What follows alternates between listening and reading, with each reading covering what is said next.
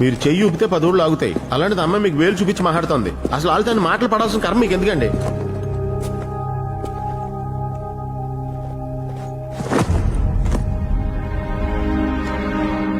ఎందుకు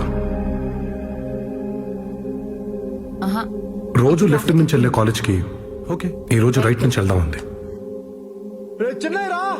అప్పుడే నేను మా ఊరోళ్ళని చూశాను. ఆ రోజు వాళ్ళని చూసుండకపోతే వాళ్ళేం దారుణాలు చేసేవాళ్ళో తలుచుకోవడానికి భయంగా ఉంది. అందుకు వాళ్ళ తమ్ముడికి కథ చెప్పడం వల్లే బసిరెడ్డి బ్రతుకున్నాడని తెలిసింది. బసిరెడ్డి బిడ్డ అందుకే శాంతి కోసం మనం కన్విన్స్ చేయాల్సింది మన వాళ్ళని కాదు అవతల వాళ్ళని తను చెప్పడం వల్లే ఈ గొడవలు అపోజిషన్ పార్టీ లీడర్ని నేను కలిసి మాట్లాడింది. మా ప్రాంతాన్ని అందుకు కూడా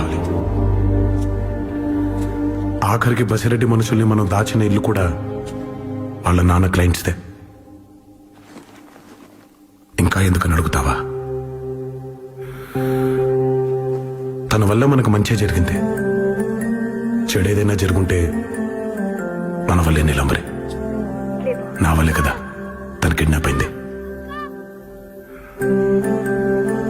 ఒక ఆడదాన్ని కష్టంలోంచి కాపాడితే మగాడికి హై వస్తుందంటారు. అదే ఆడదాన్ని కష్టంలోకి నెట్టి కాపాడితే